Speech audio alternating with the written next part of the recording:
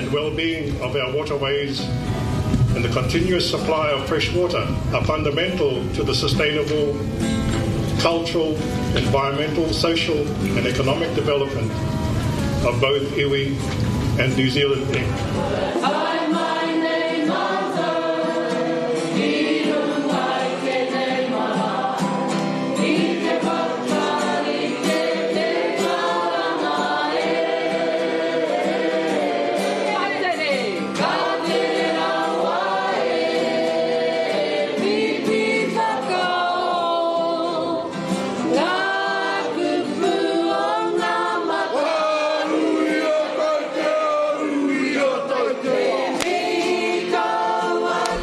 Sir Tumu Te Heuheu of Taupō, Services to Conservation.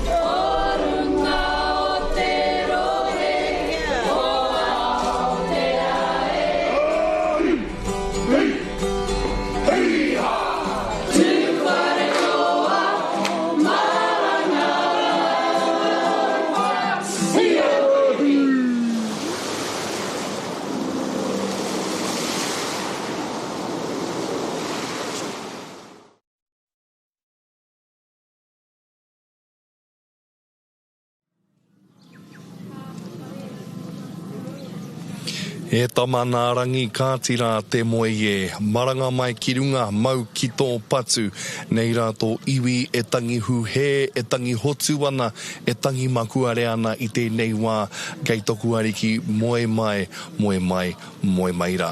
Mai te awa o te atua ki tauhara, ki tonga riro te au ki te tonga, tēnei atu whare toa, e pāpāho atu nei, e mihi atu nei ki koutou katoa, ko pautamapa ki tēnei, he moko puna no ngā kārangaranga hapu, o ngā te tū whare toa. Tēnā rā koutou katoa.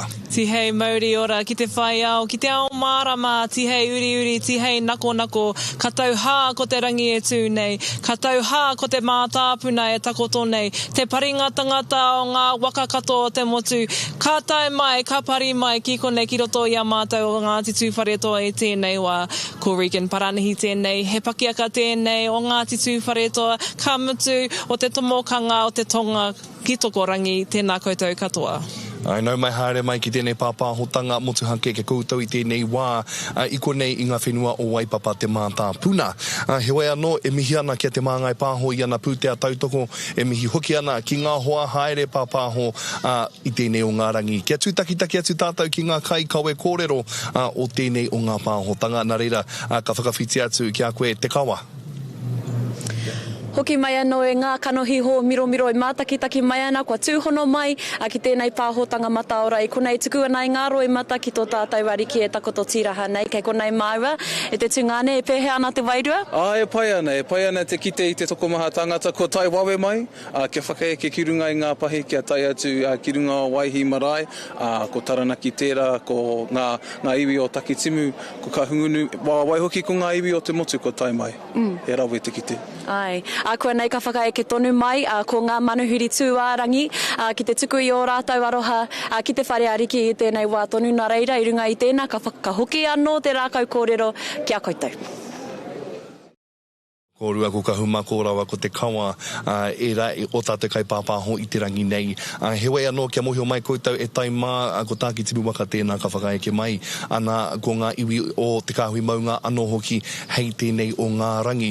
I runga i enei kōrero kia whakawhiti atu rā tātou kia te maioha i tēnei o ngā wā. Kia ora anō e te whānau. Kei konei ke toku nei taha anō hoki ko tēnei tinotunga ne nōku, ara koe atu, ko kerei. Tēnā rau atu tātou e te iwi.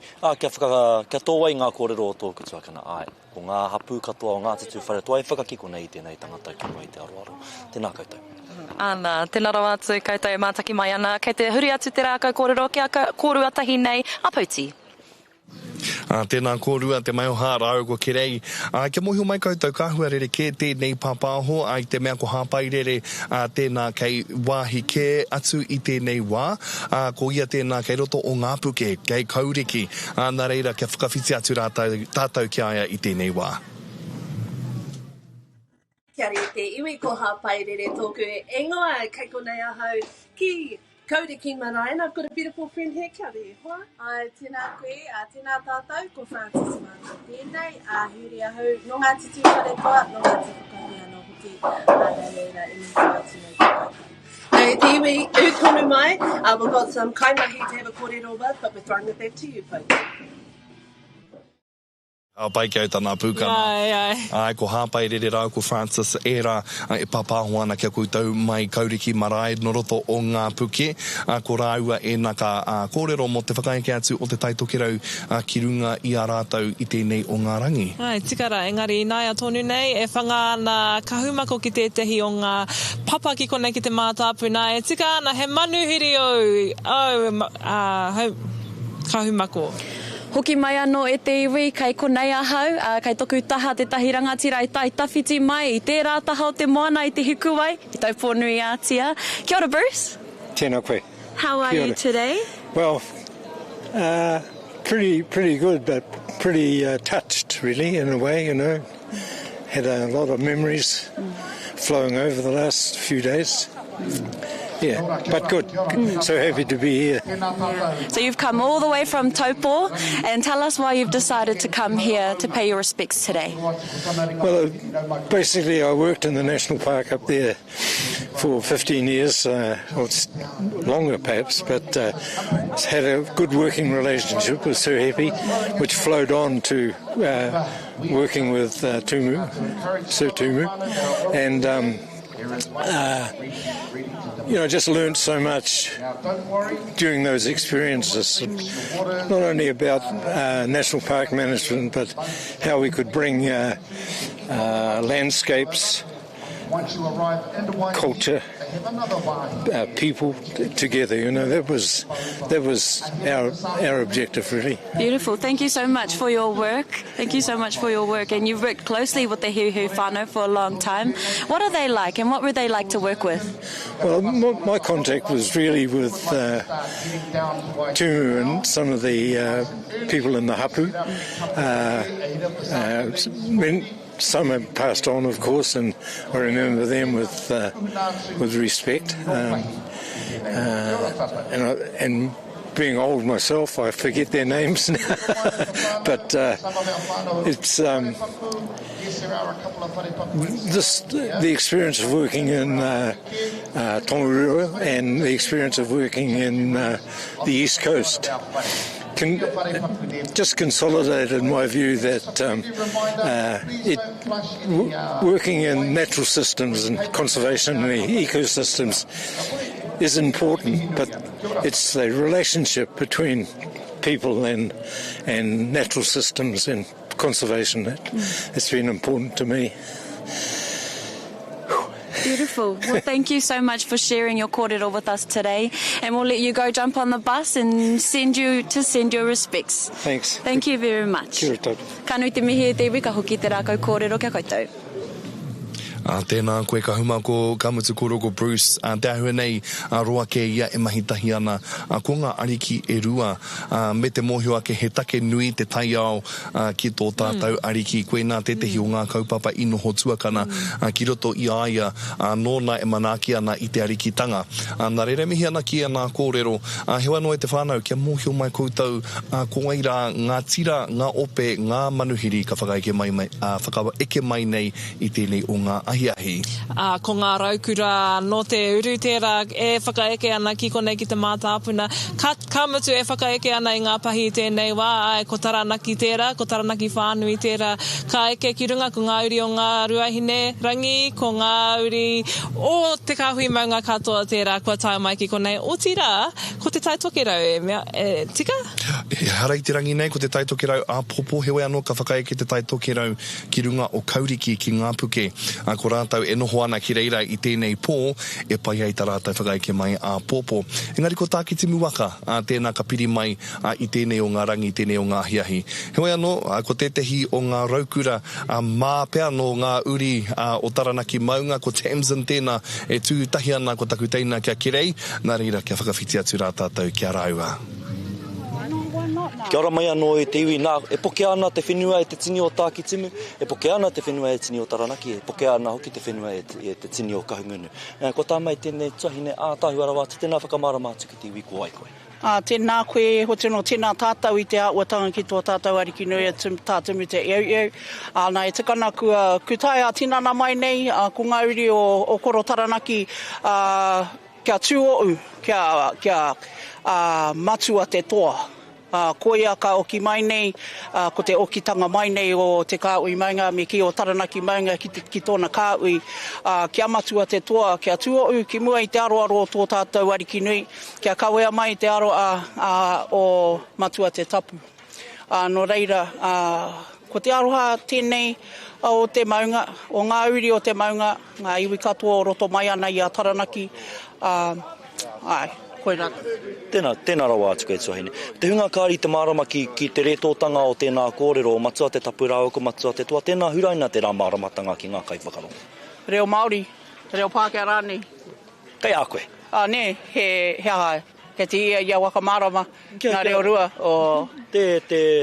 Te whānuitanga o nohea te ingoa matua te tapu, matua te toa. Tēnā koe, I ngā rā mua, I ngā rā tau I tō rā, I te wā, I noho mai ko te kāhui, koro Taranaki maunga, ki roto tonu I te kāhui maunga, noho mai aia, ki tō matua te toa taha, matua te mana, matua a koea ko koro ruapeu, ne, koea ko te maunga kōrero, ko te maunga koea noho ki a rā a pihanga.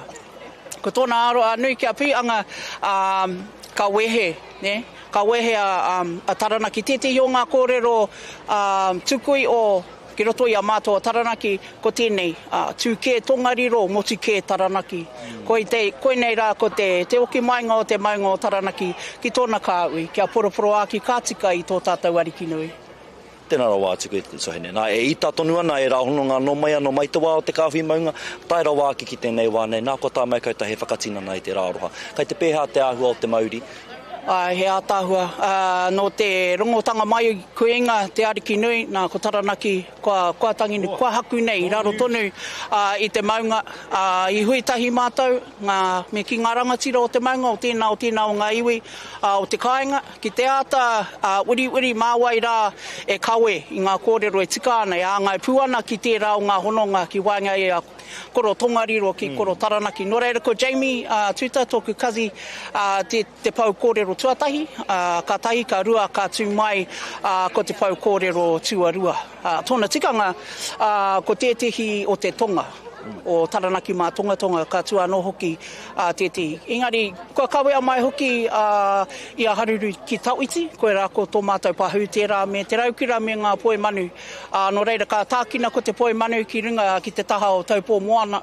Ai ai wakarangatira anō rā I tēnei o ngā uhunga motu ake. O ngā I tātou te iwi Māori, arā. Ki mōhiotia wānuitia e te ao, ne, ko tēnei ariki, kua hinga. Kia ora. Ke rere tēnei poe manu mai Taranaki maunga, tai rawa atu ki a koe ki tongariro maunga, tēnā koe pautama. A tāhua ngā kōrero o tō tātou poi manu e tū honohono nei I te kāhui maunga I tēnei wā me te mōhio ko tāua e nei e tū nei ki mua I te aroaro o pihanga ko ngā maunga era I whawhai mona te take nona no te karanga pāroa ki ngā maunga tāne kia whakapiri mai, kia whakatata mai kia kitea kōwai hei hoa mona kāre tino mōhio tia tōna ingoa hewe anō ko ngā hine o te matua tapu tētehi o ana ingoa kāre e tino rangonāna, ko matua te toa, matua te tapu, koe nei ngā ingoa o mua, o e tehi o e nā maunga, he pai te rongo ake hoki I tā pihanga ingoa motu hake. Ai, tika. Me te hira hoki o te hononga, ne? Te hitori e whakakau nei e nei iwi Ariki meki, e nei iwi poropiti, me te mōhio I ka whakaeke ki runga ki tō tāua Ariki I tēnei rā. Tika rawa atu te kōrero, he nui ngā kōrero I ahu mai a tātou no ngā maunga ne. Te tau patu, te tau tūtū tētahi, ko ngā maunga ko utu tēnā. Heoi anō, ke te titiroa hau, me nā kua rite rānei a te kawa. Nā reira ka whiu te rākau kōrero kia te kawa I tēnei wā, me tāna kai kōrero. Tēnā tātou. Kia ora no tātou e te iwi, kei konei kei taku tā ko whare hoka wano. Te tūmu whakarai o ngā iwi o Taranaki, tēnā koe te rangatira, mau ko whai wahi mai kia mātou i tēnei rā. Ko tai te ahuane, ko tai kaha mai koutou o ngā iwi o Taranaki ki konei. Hei mauria mai koutou i tēnei rā. Ka katika me tai mai. Tō tātou ariki nui, tumu, ai ana mahi nui, kanohi mo ngā iwi. Puta i te motu, kua ki te nei ana mahi puta ki te ao. Engari katika ka tai mai te kāhui maunga ki tai Taranaki maunga, ki te kāhui maunga ki uta ki Tongariro maunga, te tangi atu ki aia. Ia mātou e kōrero ana e rangona ana mo te āhua o te krauara tā tumu, ko te kupu ka kaha rangona ko tēnei mea te mauri tau, te humare e pēra hoki ia ki a koe? Tika tau nā kau wakaiti nei. Kore tā nā āhua ka hau mai ki roto, iru mai ki roto i ngā kaupapa i ngā hui nui, na ko ki te rāhua tanga i tāna mata, na ka puta tāna reo i te wā tikana. Engari, he arahi pai nei me te mohio, ko te ariki o te wari o te hiuhiu, ngā ariki nui, e rua ngā ariki nui ki roto i a tātou te ao Māori, ana ko ia tērā kaha tautoko ana ki tō tātou kuini te atai rangi kāhui tōna wā, kia kingi tu heitia, tainua kia kuini ngā waihono i te pō, ngā ariki ki te ariki noho tahi rāua, te arahi nei ngā kaupapa o te ao Māori. Ana. He kōrero tau ki ona hekenga ki tōna whānau pani? He tauiratanga mo tātou. Tērā koro eke, ka kōrero hia tei nei tātou mo tāna Māori tau. He wā mo te pakanga, he wā mo te wero, he wā mo te tohe, engari he wā no te whai tērā tauiratanga kia noho humari e nei ki roto i ngā kaupapa, na ka puta tō reo me o kōrero i te wā tikana. A konei ka eke koutou marunga pahi kia haere atu ki waihi marae, kia koe hea pea ngā kōrero, ngā āhuatanga ka puta i a koutou o Taranaki, ngā iwi o Taranaki i runga i a waihi i tēnei rā? Te tewe i te matamata o te patu o Tongariro aroha kauana ki a pihanga, matua te puhi te punau whao te motu, ana koe ngā hononga pia wainga i a matau, ko pihanga maunga tēnei, me te tohe wainga i a Tongariro i a Taranaki tērā wā, eke mai ki tēnei wā, ana ko ngā ahara mai i runga i te ngākau aroha, te ngākau tangi ki tēnei ariki nui, ana ko Taranaki maunga katika me tai mai a Taranaki maunga me ona iwi, ona waka, ona apu, ona marae katoa, ki te tuku mehi ki tēnei ariki nui a kanohi nei, pera i te motu ko eke nei ki runga ki ai roto i nei rangitata nei. Tēnā koe mau ko whai wahi mai kia mātou i tēnei rā, ka hoki atu kia korua vegan, rāwa ka pauti.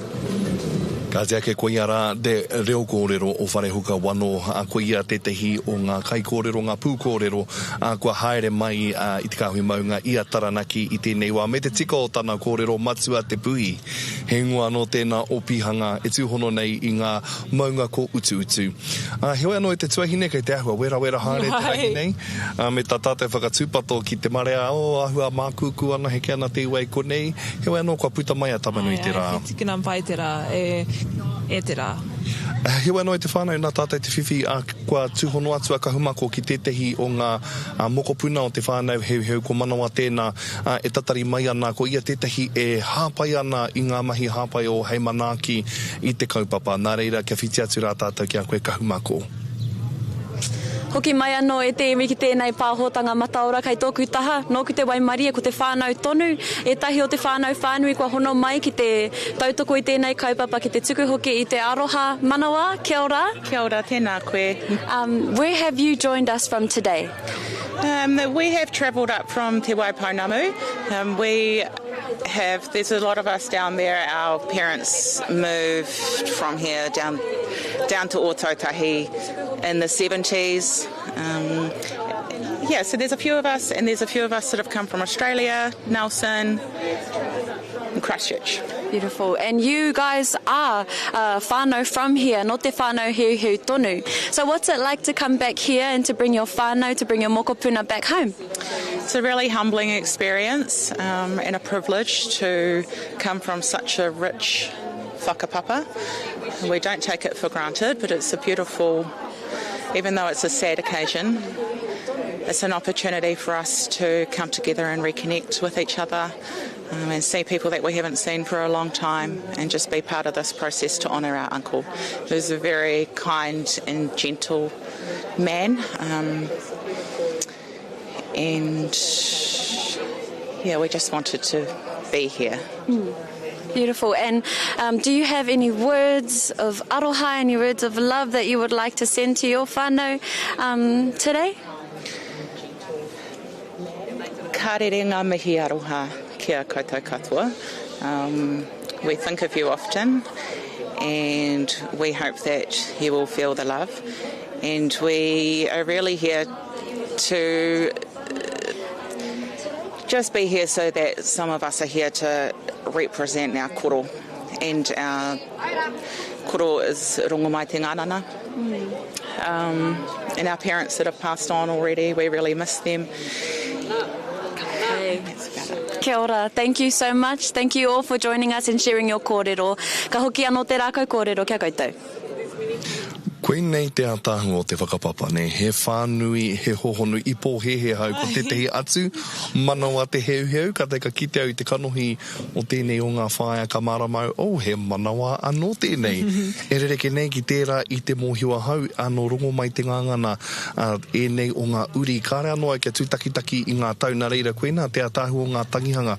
Ka re tēnei tangihanga I te rereke ki ngā tangihanga o tangata ke atu, I te mea ka tūhonohono tātou kia tātou. Ka tūtakitaki ki ngā peka o te whānau, ka re pēr koe I te mōhio. Tika, aha kua tuku nā he rā ki ia waka ki ia iwi, koera pēr te atahuatanga o Ngāti Tuiwhareto o ngā iwi maha. Ki te kore rātou e whai ahei ki tō rātou nā rā, kua hiki papa atu ki tētahi anō waka. Kia tuku I te aroha, ko ngā uri o Tuiwhareto tonu tērā, e haerere mai ana I tā wahi, hia rānei, kia tuku I te aroha. Koe rā te tino āhuatanga o ngā tangi nui, ngā tangi roa, ka whai wāhi ngā uri e marara ana I te nukurua o te whenua te hoki mai ki te wā kāinga. Nā reira, kia rite mai tātou, ka whitirere atu tātou kia te maioha I tēnei wā me tana manu kōrero. Hoki mai anō e te iwi, ka tai mai tētahi tangata ki konei, ki te āta tautoko I tēnei kaupapa whakahireira I te rangi nei ara koe atu. Ko matua nā re wiraka no ngā Royal New Zealand Air Force e te whānau. Tēnā koe. Tēnā koe. Whakamohio mai. Ka tai mai koutou, me tō koutou nei rōpū. Hea te take ka haere mai anō koutou ki konei? Ko tai mai mātou etahi o ngā tangata o te hunga Māori no te ope katoa Aotearoa, nā te mea ko e toru ngā rau o te patu kotahi, ko te taua ārangi, ko te Air Force, te taua moana, Navy, me tō tātou whananga no Ngāti Tūmātauinga, Army. So, ko tamai mātou tīnana, ki te tuku tō mātou mihi aroa ki tō tātou Ariki, kua hinga. Ai. Kei whia mai. I tūtaki koe ki aia, ki te Ariki nei, ki Ariki tā tumu I taua wā I orana ia? Kauri au I tūtaki aia I te wai I orana ia. Hioi, ko tai mātou ai, ko te mea nui ki a mātou, ki te haramai, ki te tautoko, te kaupapa nui rawake. Nā te mea, ko hinga te tai pau o te ao Māori. So nā reira, ko tā mātou tautoko ki te kaupapa, ki te whānau pani ki aia, ki te Ariki, ko tai mātou ki te tuku te aroha, ki a rātou ki tōna whānau hoki. Nā te mea, kei I Wanganui o koutou nei ope, koe nei, tā rātou nei mea tuatahi ki te haramai ki tēnei whenua tāhua, ne? Nō reira, hea te hiranga mo tēnā ki te ata, ki te mā rātou, kare anō e paku mōhio ki tēnei whenua. Otira ki tēnei iwi a tāhua nei o Ngāti Tūwharetoa. O ko te Ariki te tino kaupapa, ko te Ariki tā tumu te pau o te ao Māori, o tētahi pau o te ao Māori. Nā reire ko etai o tātou te hunga Māori I roto I te ope kātua, ka haramai etai o mātou ki te aiaia, ki te tuku te mihi ki aia, ki te tuku te aroha ki aia, ki tōna whānau. Ko tērā te mea nui ki a mātou, kei ko nei ātinana, Tēnei ropu nei, no te ope katoa o te roa. Ka tērā te mea nui. Kia whai. Nō reira, he ha tōtuku karere o tira tōtuku aroha ki te whānau pari kātahi anō ki te iwi Māori tēnei wā? Aha kua hinga tētahi Ariki, kia kaha, kia mai, kia manawa nui, ka ora tonu Māori, ka tū Māori, kia kaha te āhua Māori, era ao Māori katoa. Aha kua hinga ia e ora tonu mātou. So, nā te mea, ka tū Māori, ka tū kaha i te ao Māori. Kia ora.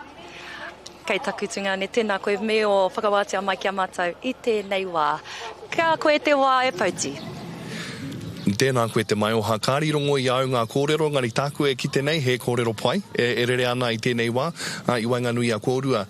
Hewa anō ke kone maua e ata wānanga ana i ngā haipapa rereke ki ngā hapū, rereke e hāpai ana i ngā mahi hei tautoko i tēnei o ngā tangihanga. Ko tētahi o e rā marae kei roto o ngā puke, ko kauriki tēnā.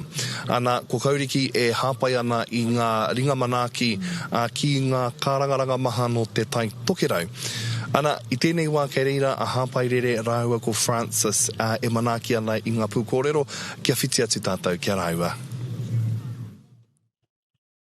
Kia re te iwi, as you know, kei konei ahau ki kauriki marae. Hei, we've got taitokero coming through te iwi. Francie, what's the more kōrero around that? Ai, kei te tatari, te hapu aroha mai, kei te tatari mai te hapu, mo tōna tātou nei whānau, lo te taitokero, nā reira i tēnei wā, kei te whakarite ana rātou i te mahi o ngā marae, rā kei te whakarite ana rātou i ngā mahi kai, i te marae ātea, nā reira, kai ngā mahi. Beautiful, and we can expect around 50 whānau from Taitokero coming kei konei te iwi. Chucking it back to you, Poti. Ai, hea tāhua kua tai atu raua ki roto o kauriki, kia kite kia rongo tātou i ngā huatanga i reira. Me te mohio ko era o te taitokero ngā mea e haere tawhiti mai ana, ko te tonga anō hoki ko era o kaitahu ngaitahu e haere mai ana a pōpō. Nā reira he tawhiti te haere he pai kia whakarite wāhi noho rātou. Ki roto tonu i a tātou o ngā te tū whanetoa e māmā ke ai te tūhono mai ki te manaki tō tātou kaupapa te tuku i te aroha. Hewa no, tēnā kōrero mai mo ngā huatanga o te hāpai o ngā hapū i tēnei wā. I tēnei wā, kei ia marae tōna mahi, kia mahia kia tutuki i e rātou, kia ahua hāneanea te haere o te tangihanga whānui, ko te manaki i ngā iwi, ngā waka o te motu tētahi tino haipapa, kua tau ki runga i ngā marae, ko te pātaka kai ko aua momo katoa. Ki ngā marae, me te huhua o ngā marae ki konei no reira, kāre he tino raru tērā, kia tangata tūwharetoa. Koe nā te arikitanga ki au, ko te arikitanga te mahitahi o ngā hapū. Nā, ko korohe e patumiti ana, ko rongo mai e whakarite ana ngā kaipiropiro, ko tokānu, ko rātau te pātaka kai, ko hirangi, ko te hupa, ko te hanueti, ngā mahi a te ringa whiro. Hewa no, kia whakawhiti atu rātau, kia te kawa e tatari mai ana me tana pūkōrero i tēnei wā. Kia ora anō tātou i te iwi, ai kei konei kei takutaha ko Ariki no o tai. O ngā kuki aire ni wai hoki o konei o Ngāti Tūwharetoa, tēnā koe te rangatira mo kua whai wāhi mai kia mātou i tēnei rā. I haere mai koutou i tāmaki makaurau ni? Ai. Hei mauria mai ai koutou i tēnei rā? Ai haere mai mātou nā te mea tomato hono ngā whakapapa kia tātimu, ka heka mai a hau tērā tupuna o iwikau. Ko tai mai a hau ki te tahotaka whānau ki te tautoko i tērā o ngā rangatira. Pehe o whakaro i tēnei rā tonu nei, kua kaha kitea te tahuritanga mai o te rangatahi, ki tēnei kaupapa, ki te hāpai, ki te tautoko, ko kitea te hunga rangatahi, e mahi ana i o rātou mahi, pehe o whakaro te kite i te hunga rangatahi, ki konei ki tēnei kaupapa. Ki au nei, he pai te kite i te hunga rangatahi, he mahi ana ngā mahi o te kihini, he mahi ana ngā mahi o te marae, kia pai te haere o tēnei tangihanga. Tēnā koe mau kua whai wāhi mai kia mātou i tēnei rā, ka hoki atu kia kōrua, vegan rāua ko Pauti. Tēnā koe i nā kōrero kōruatahi i tēnei o ngā wā. Hewa ke kone maua e ata wānanga ana i ngā āhuatanga o tēnei rangi. Ko mātātua tēnei whakaeke i te atanei ko tauranga moana, ko te rongo kōrero kei te utonu tō rātou pōhiri. Nā te nui pea o ngā pū kōrero e tuana ki te marae atea i tēnei o ngā rangi. Me ngā mahi I tutuki e tumu, e tā tumu I te wā o te ora ki tō mātātua taha. Kāre kore te huhua o ngā mahi. Ahakoa e mea ana maua ko ia tō maua Ariki. E rongo ana te ao Māori, o tira te ao I tēnei matinga nui. Tika tērā kōrero, ka whakaroa ki au ki ngā kaupapa I noho tuakana ki aia, ko te mātauranga tētahi o e ngā kaupapa. I te whakaeketanga mai o ngā iwi o mātātua, koe rā tētahi o ngā huatanga I kōrero tia e rātou. Nā reira, ka rau I te ohorere ki te nui pea o ngā pū kōrero no roto o mātātua, ka tū ki te whai kōrero ki runga I te marae atea. Nā reira, I ki te hoki tātou I te nui o ngā pahi I wehe I te atanei. Tōna waru pea ngā pahi, me ona wene ki roto o waihi. Nā reira, tērā pea karoa ngā kōrero ki runga I te marae atea. Kia mutu tēnā, ka whakanoa no hoki ki roto I a hinana wharekai, I mua I te whakahoki-hoki mai o mātātua waka ka mutu o tauranga moana ki konei ki te mātāpuna e pai ai tā rātou hoki ki te kāinga.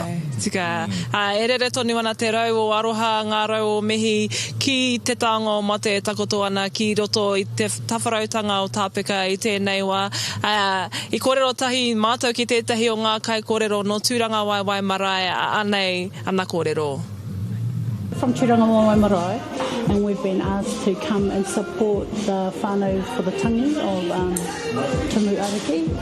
And so we arrived on Wednesday.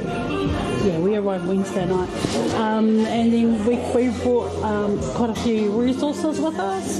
We brought from the marae, from Tūranga Waiwai, we brought chafing dishes, we brought extra chopping boards, we brought our tea urns, our big red tea urns, so that they could use them as hot boxes to transfer food from all the marae that are actually supporting the kaupapa down at Aotearoa Waihi. And so we've got our whānau from Tūranga Waiwai that are here supporting that kaupapa. Then we've got the whānau from Waikato Tainui that are here doing the meals for our kaumātua that are actually staying here from Waikato, and they all arrived yesterday. So we've been just doing, last night we received probably just over 50 rolls of mutton that they wanted for this morning's breakfast. So we got that about 7:30 last night, so we stayed up till about 3:30 to get it all cooked through using Pukawa's kombi. They've got this big barbecue cooker, and some through the Brett pan. And then when they needed some, so we've been doing just continuously helping and supporting. Then they send runners up, pick it all up. Our men were cooking 10 buckets of tea that they sent up yesterday, so they had that for breakfast also this morning. So yeah, it's just been good teamwork, and it's good to just get together and support our whānau, because when our king died, Tū Wharetoa came and supported us, and so we did this back with what the kaupapa is for we come here to support them. Yeah, so, and plus the hononga between us and Tūranga Waiwai. This is where we all started. Hey, so it's quite significant for us. It's a sad moment for us also to lose Tumu Ariki, but it's also it gives you that sense of feeling of all the loss that we have had over the years, all of us. And so it's been quite significant. And then we bring our mokopuna, and so it's really cool because they're learning also. They might be running around on the marae and they just say, this is our other marae, Nani. And so, yep, so it's been really cool. And we've had lots of rostering. So our boys will get up in the come after our shift. We left at 3:30 this morning. Waikato Tainui cooks came in this morning and got the breakfast ready for our kaumātua before they left to go down to Pukawa down to Little Waihi for the pōwhiri at 7 o'clock. Whakaeke, but they didn't need breakfast. So the comms, they still have those comms issues. And then we arrived about 10:30 and the boys left. Our men left, and then our younger boys came in and started doing the mahi. So and we've got a lot of locals that have been coming in, and we're supporting one another. So yeah, that's awesome. And I guess it's kind of that super moment to think a bit, in terms of all the mahi that we have done as both ngā whare e rua nei of whare o te hero me te whare o te hero to these types of pinnacle points. Although to some it may be only one particular piece of the puzzle, it's still something. Yes, it's important, and I suppose it's important to also acknowledge the fact that to continue this, and that's why we have our next generation, because what we need to be doing is succeeding, doing succession planning for our future. So they've got to take over from when it's our turn to sit back and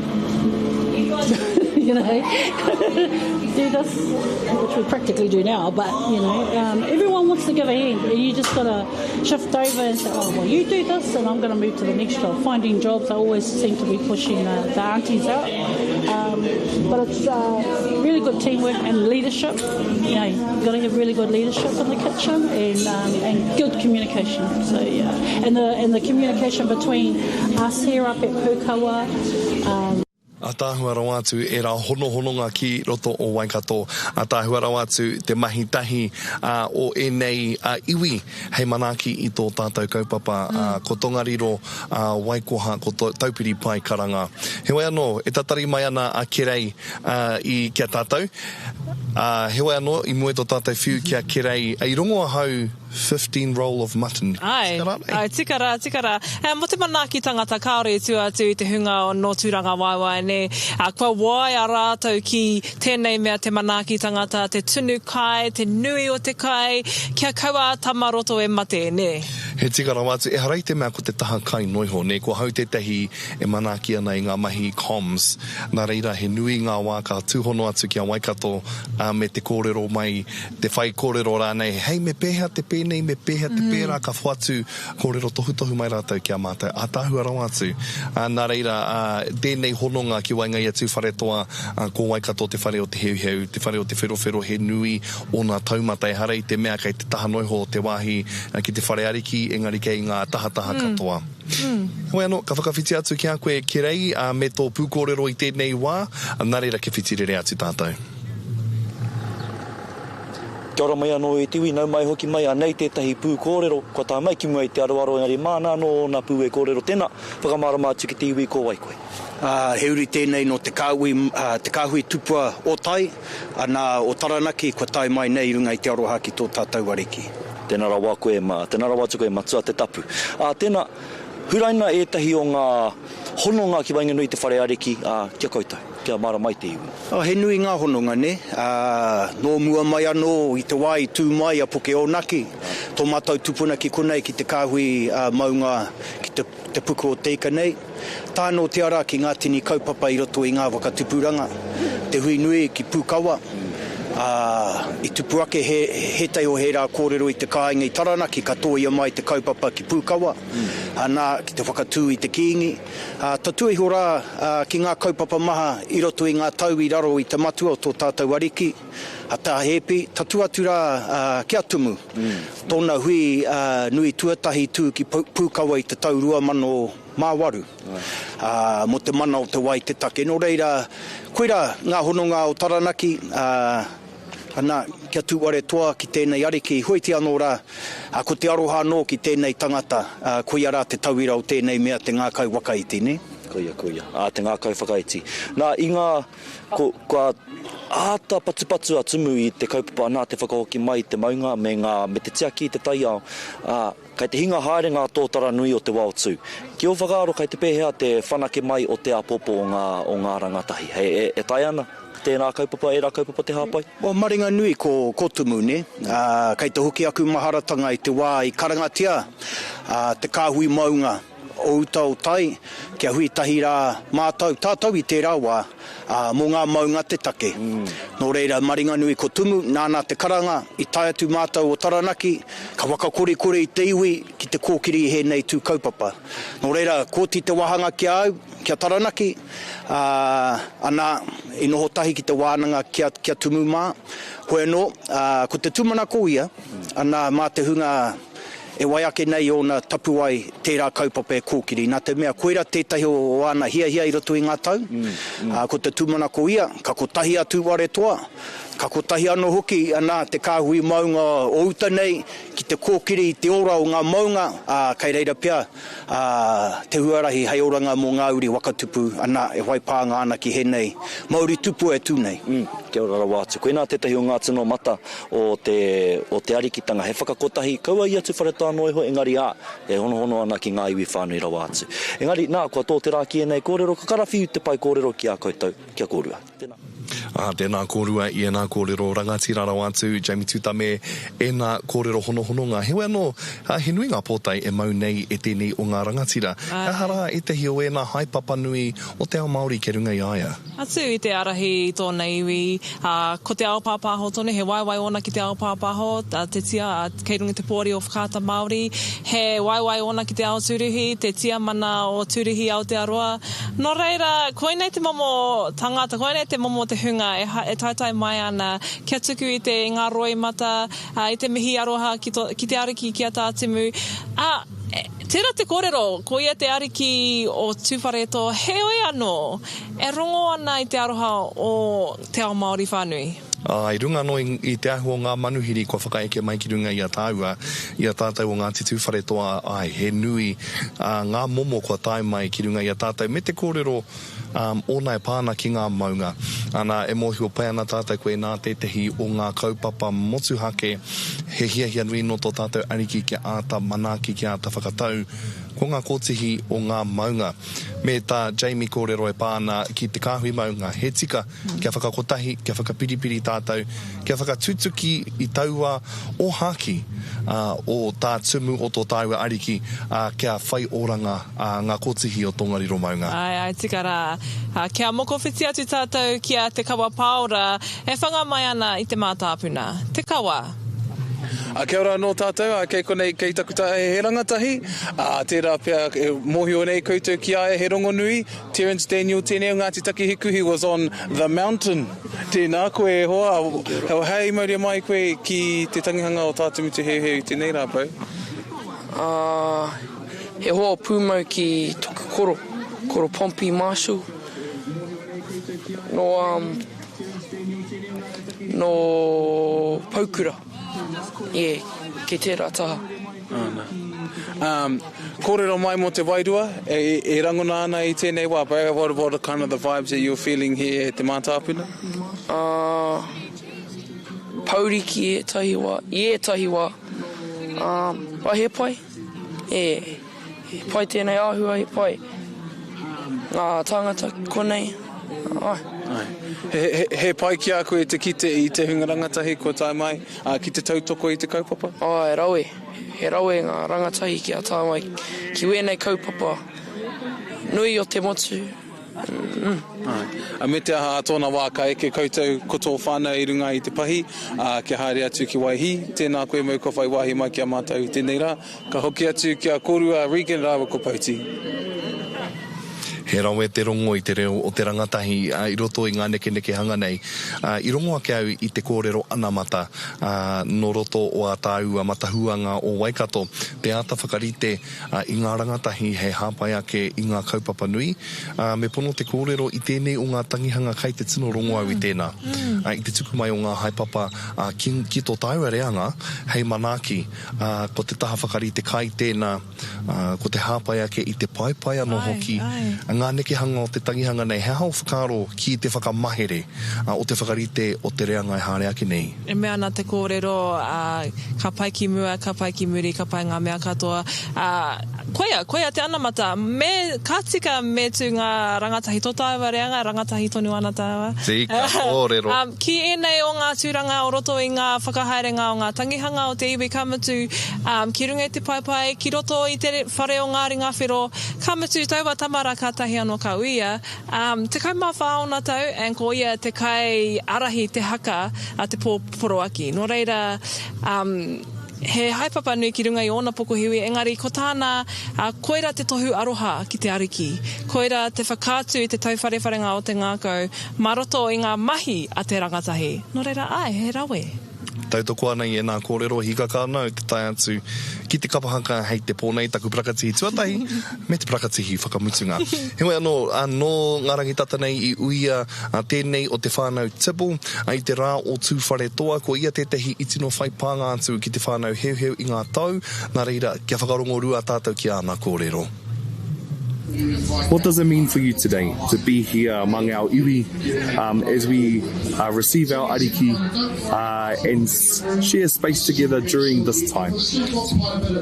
Whakahoki e te whakaro nei ki te tangiana o tāhi.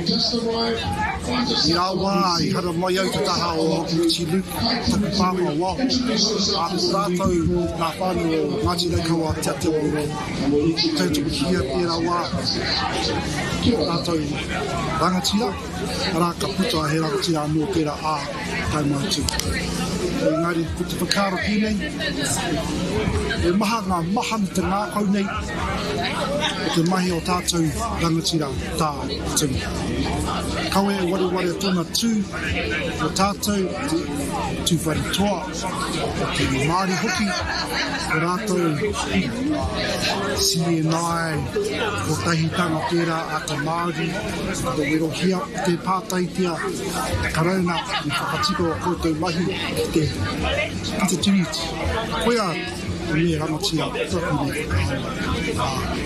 tā tira. Me te arahoa ki te whānu ingari, he rā anō tēnei o te whakanui tōna mahi a te Māori o te Pātai ahua ua pia tēnei. Heoi anō, me pātai te pātai. Arikitanga, ko koe tēnā, ko hau tēnā, ko tūwhare toa whānui e hāpai ana i te ariki, maroto o te arikitanga. How important is the arikitanga to us as tūwhare toa? It is everything in as much as the ariki is a servant of the people. His presence holds us in good stead and together. His presence maintains tūwhare toa, also allowing our haputanga to populate our area.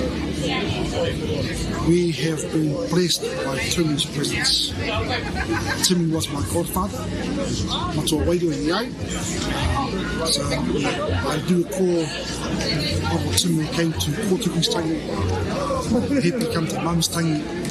So he tino kuna ka tērā o ngā mātau o Ngāti pika ki waiwai ki horani. Ara o tātou tipua Engari, it means everything. So we have a light that holds, that keeps us bright, enlightens our lives and holds us strong.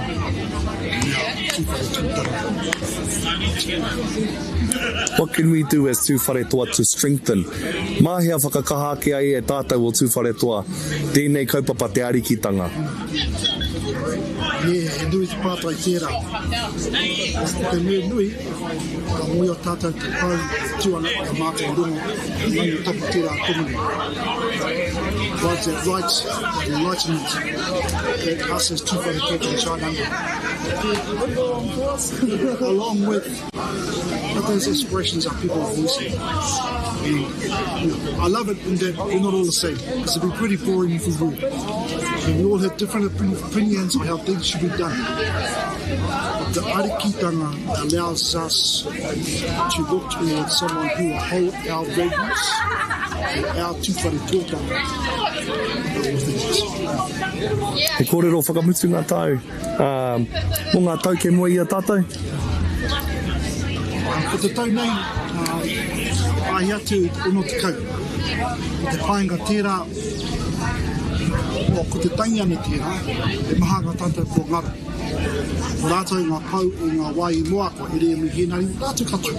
Tani wari rātou, e nei wā, tumu, ka piki ake o tātou whare o te heu.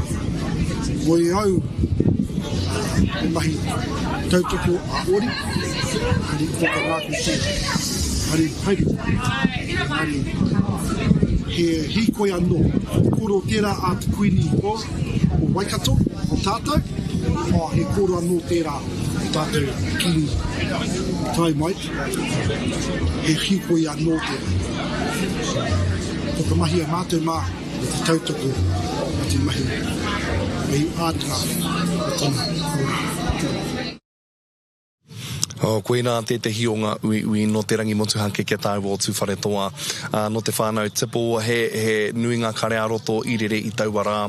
Nā reira nāku te maringa nui te kōrero ki o tātou Pākeke, ki o tātou karangamaha i tēnā o ngā rangi. He oe anoa e te whānau kua rite hāpai rere kei roto ia o ngā puke kauriki e tatari ana ko papahemi te wano hei hoa kōrero mōna. Nā reira kia whakawhiti atu rā tātou. Kia re te iwi, ko hāpai rere ahau, kei konei ahau ki Kauriki Marae. Hei, we've got our whanaunga here with us. Uncle Hemi te wano, kia ora, Uncle. Kia ora. Now, give us a kōrero around, obviously we're preparing for Tai Tokiro to come on to our marae. What has it been like today? I pai, i rongo au i kōrero moinanahi, no reira. Koe te mai, ko otike i a mātou, te whakarite-rite, ana,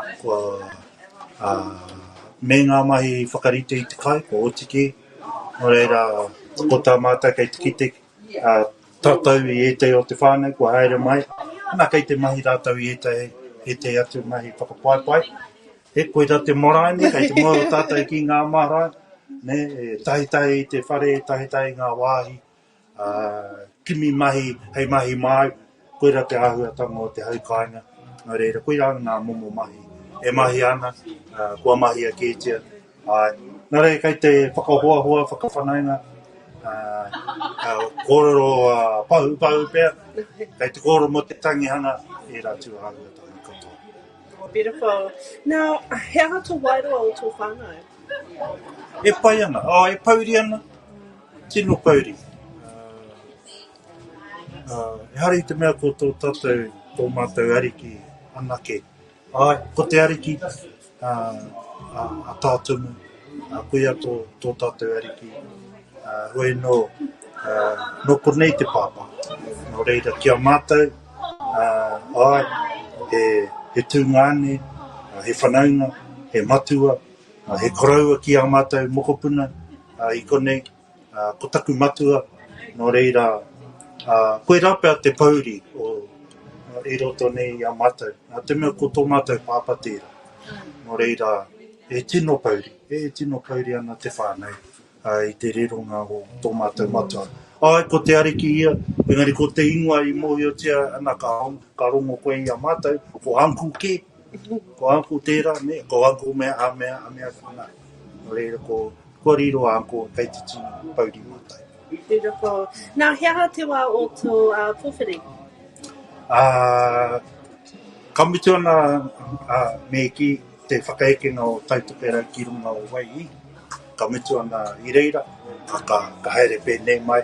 No reira hei te takiwa pēr o te rima karaka. Beautiful. Now, can you give us one memory? Because as I know, Koro Hepe lived down the road. What are some memories of Te Hiuhiu, Tunu Te Hiuhiu? Ka rea ui te tino mōhio i tō tātou ariki pēnei i oku Pākeke o kone. Engari he nui ngā maharatanga o te kāinga nei i tō tātou ariki. I o tātou ariki, rato i ngā tau, nā te mea ko Ngāti Turumakina tēnei, tēnei marae, ko Ngāti Turumakina, ko Ngāti Hinemihi. Tētei oku maharatanga mo te pāpara, o tō tātou ariki, i tō mātou kura nei, i tētei o ngā tau ka tū tō mātou tā mātou rā tuku taonga ki konei ki mua o te wharepuni nei. Ani i tai mai te ariki, ana ko Franci o ki tērā.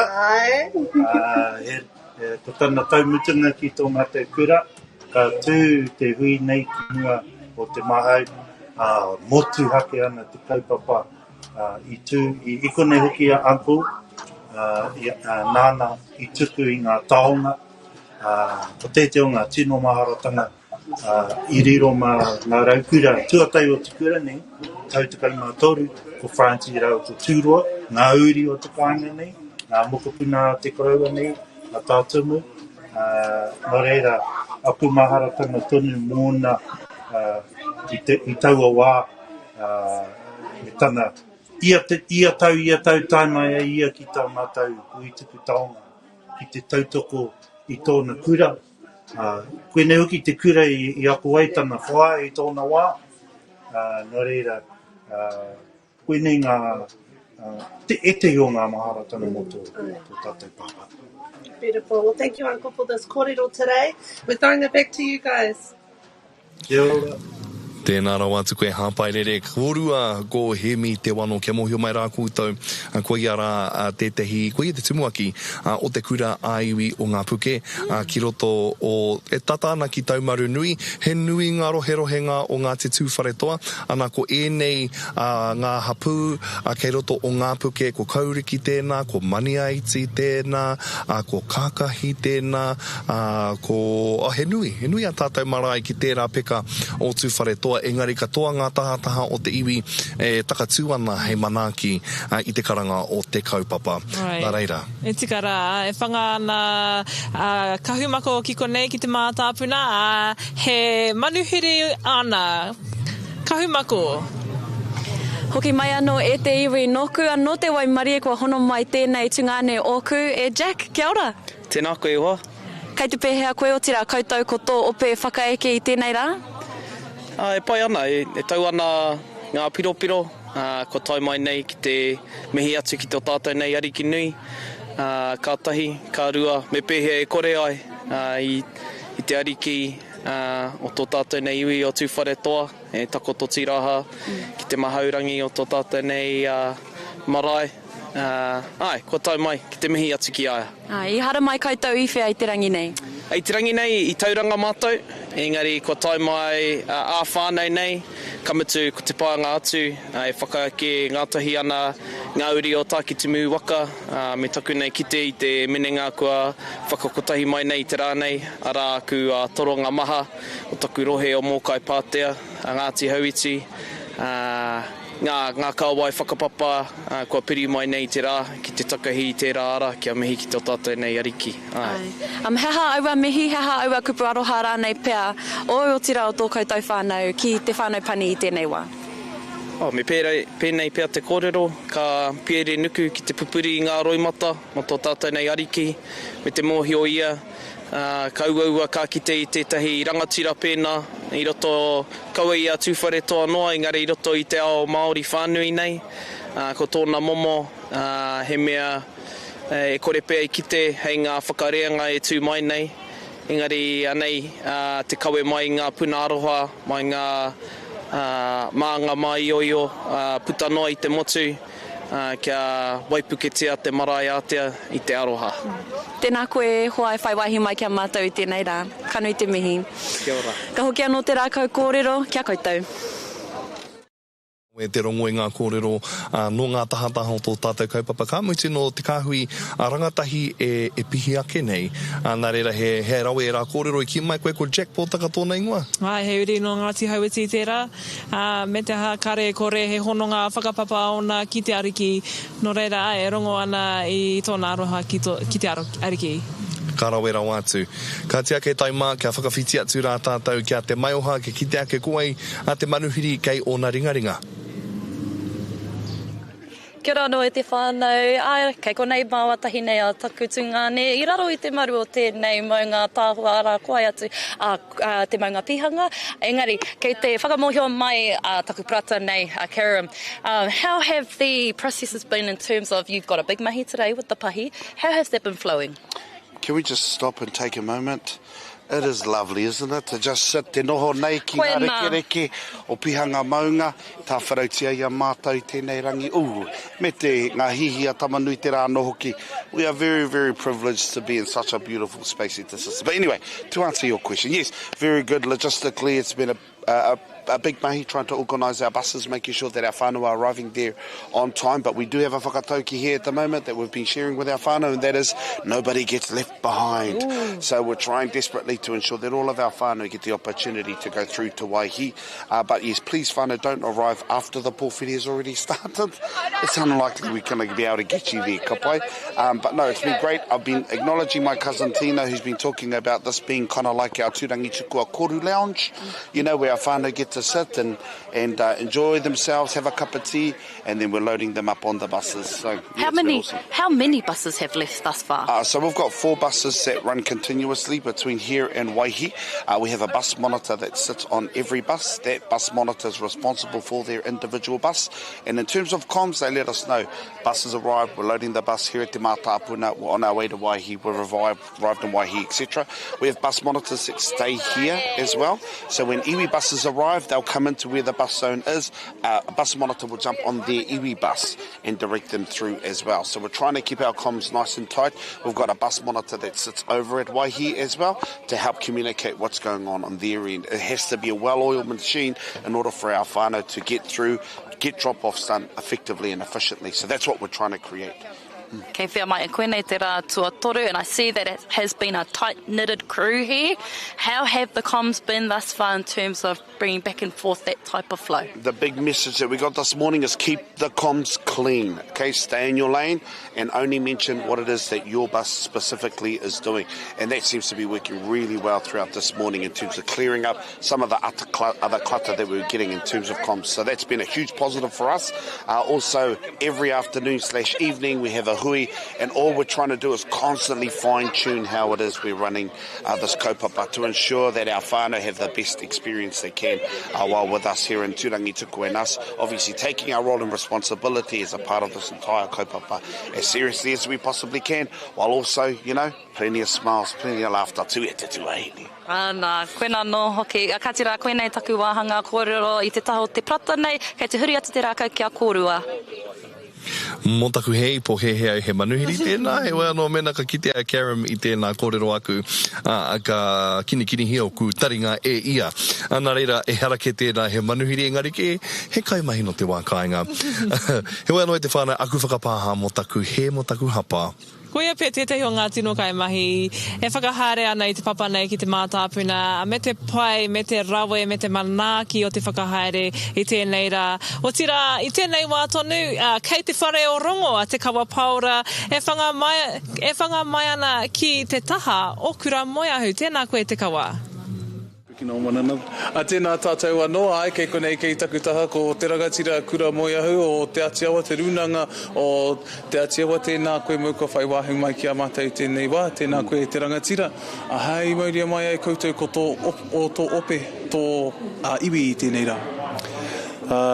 Well, nā te tupu e karanga ki a mātou. Nā te mate e karanga atu ki te motu. Kua tai mai te rewa aitua ki a mātou ki rauti te panepane o te ika, kua hinganga atu rā te taumata o te maunga o Tongariro, te Ariki nui tā tumu te hiuhiu, nā nai karanga atu rā ki te motu, nā te motu hara mai ki te poroporo aki, ki tēnei tupua, ki tēnei rangatira, ki tēnei Ariki nui. E whai wāhi koe ki te sūtaki I tēnei rangatira o tātou? Ai, e nui ngā wai tūtaki atu rā te Ariki nui. I hara mai ia ki te whare mata mō ngā tau e 2 tekau, 3 tekau ngā tau e pāhuri ake nei ki te atu mātau. I te upoko o te ika, ki te kōrera atu rā ki ngā kāwanatanga, kairoti te whare mata, kairoti I ngā tari kāwanatanga I te whanganui ātara. Tēnei hei tauira ma mātau te tātumu, he tauira nui mō tātou anei tōna tū, I roti tōna rangatiratanga, I roti tōna tino motu hake, I roto I tōna humari e tanga. Tēnei tāhuatango he tino rangatira a te humari, me kawi atu rā, me tōna tū ki tōna Ngāti tūwhare tōta. Ko tai mai ngā manuhiri huhua ki runga i ngā titu wharetoa, ka mihia, ka Tangihanga, te Ariki, a tātumu te heu, ne, hea pia ngā kōrero ka puta i a koe i te pai ki runga o waihi. Ko tai mai te maunga o Taranaki. Ko hoki mai a Taranaki ki a Pianga, ki a Tongariro, ki te poroporo aki, ara ki tēnei rangatira. Ko tai mai pare ninihi ki taipake ki Waitōtara, ka rere wakarunga ki te pane o te ika, kua tai kotahi mātau o Taranaki. Tēnā koe te rangatira, mō ko whai wahi mai ki a mātau tēnei wā. Ka hoki atu ki a korua Ariki na rāua ko pauti. Ui, tā tātou wai marie i ngā kai kōrero o te rangi nei. Me te rongo i ngā tātai here, ngā tātai hono ngā tēnā, ki te kaupapa o te rangi nei ana ko tō tātou Ariki a tātumu te heu. Ana, koe nei tā tātou pāpāhotanga motuhake whakamutunga mō tēnei o a tātou Tangihanga. He hara ia e te hi o ngā kurahuna kua ki te ai koe? Nui tonu ngā kurahuna me te aha kātai hano te pōhiri mō mātātua ka mutu. I timata i te iwa, kua haurua i te tukau mārua i nāianei, no reira kāre kore he nui ke atu ngā kura. Me te oranga tonutanga o tō tāua iwi, e kite ana i roto i te ana mata, i te hungarangatahi, i te hāpai o muri, i te hāpai o mua.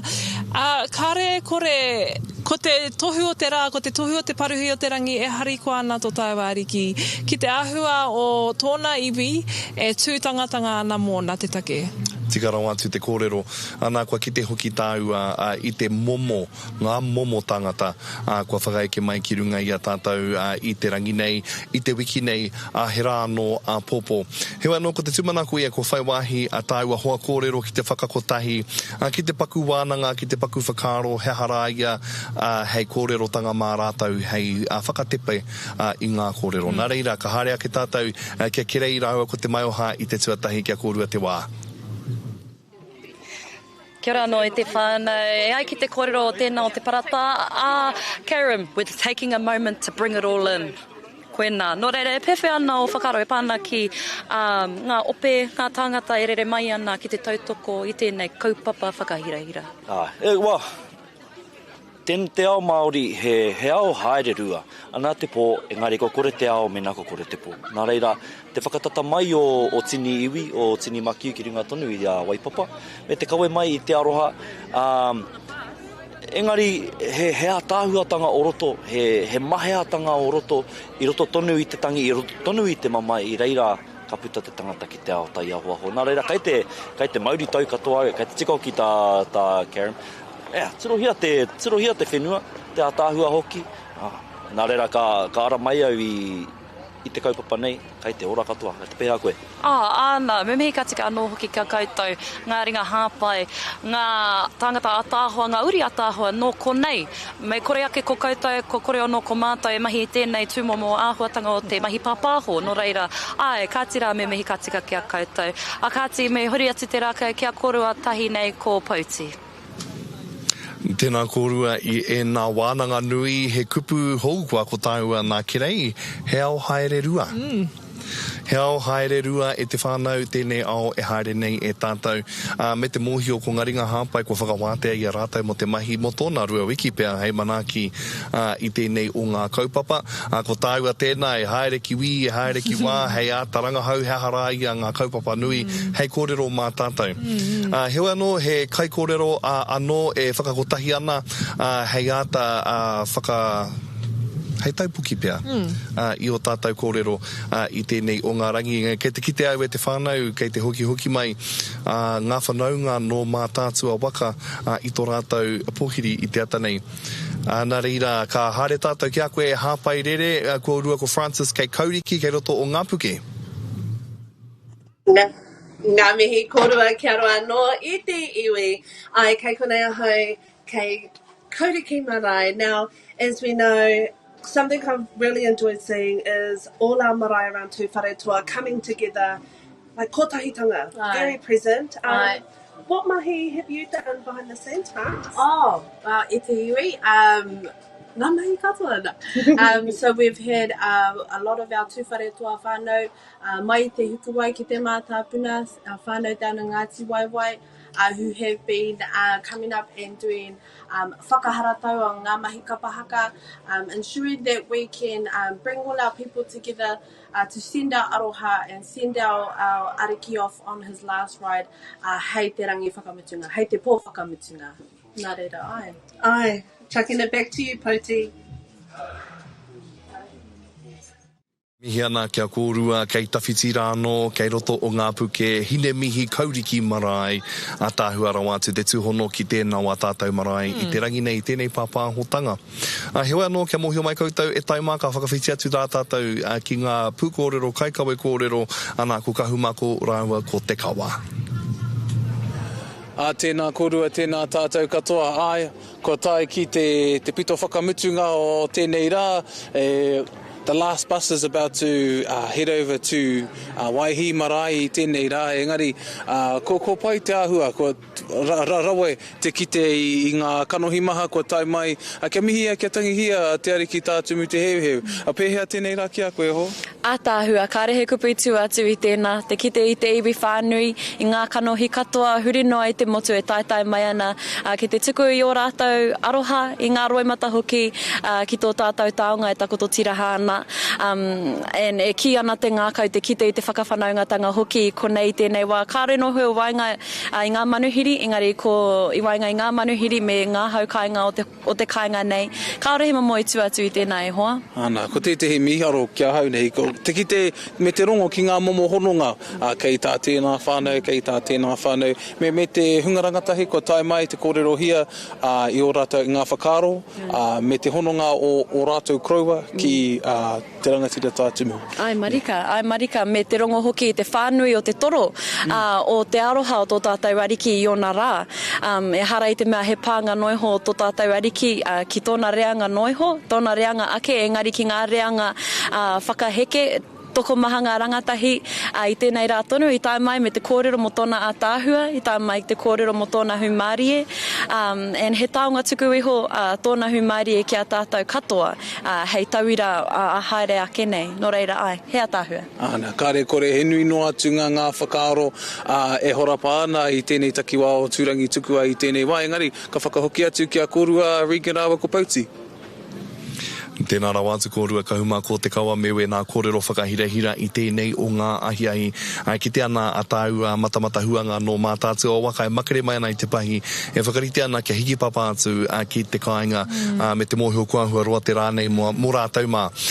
Heoi anō, hei maharake mā tātou karekau he hunga pāpāho ki roto o Waihi mo tēnei o ngā Tangihanga. Nā reira karekau he waia me ana pikitia ana rikoti kia noho tapu tonu ngā huatanga ki tēnā o a tātou Tangihanga o tō tātou Ariki. Ka mutu e mihi ana kia te māngai pāho i ana pūtea tautoko mo tēnei pāpāhotanga a tātou. Tika. Koera pia tētahi o ngā tino kura ki tēnei o ngā Tangihanga Ariki rawa atu nei.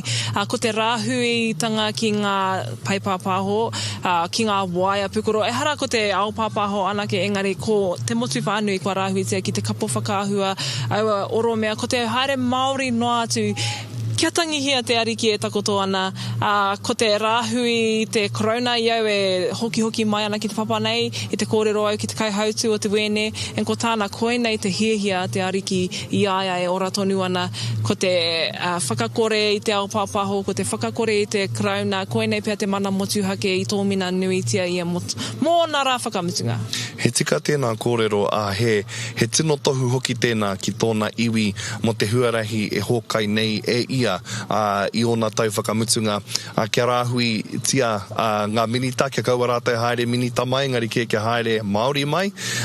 Kia rāhui hoki te wāhi ki ngā ringa hāpai, ngā pūtea hāpai pia o te korona hoki, ki roto i te tangikare ki te ia Ngāti Tū mā tauenga ki reira, manga hapu ke ma te arikitanga ke e hāpai i te hāpai o. Nā reira, hea tāhua tēnā tohu kia tāua kia tātou o Ngāti Tū wharetoa te ao Māori anō hoki.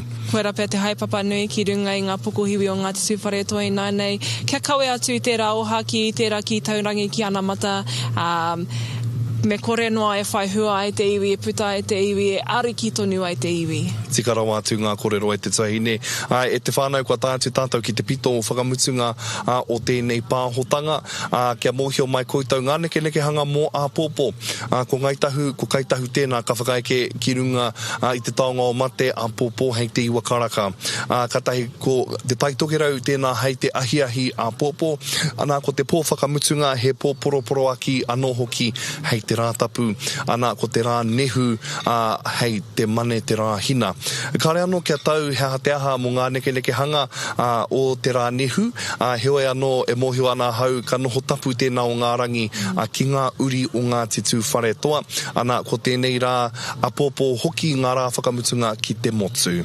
Nā reira, kei aku nui, kei aku rahi, tēnā rā koutou katoa i waihape mai ki tēnei kaupapa whakahirahira tātou, tēnei pāpāhotanga motuhake ki ngā whātōpito o te motu, tēnei mātou te kāhui pāpāho kua tau, nei ranga mihi nui kia koutou katoa. The health and well-being of our waterways and the continuous supply of fresh water are fundamental to the sustainable cultural, environmental, social and economic development of both iwi and New Zealand Inc.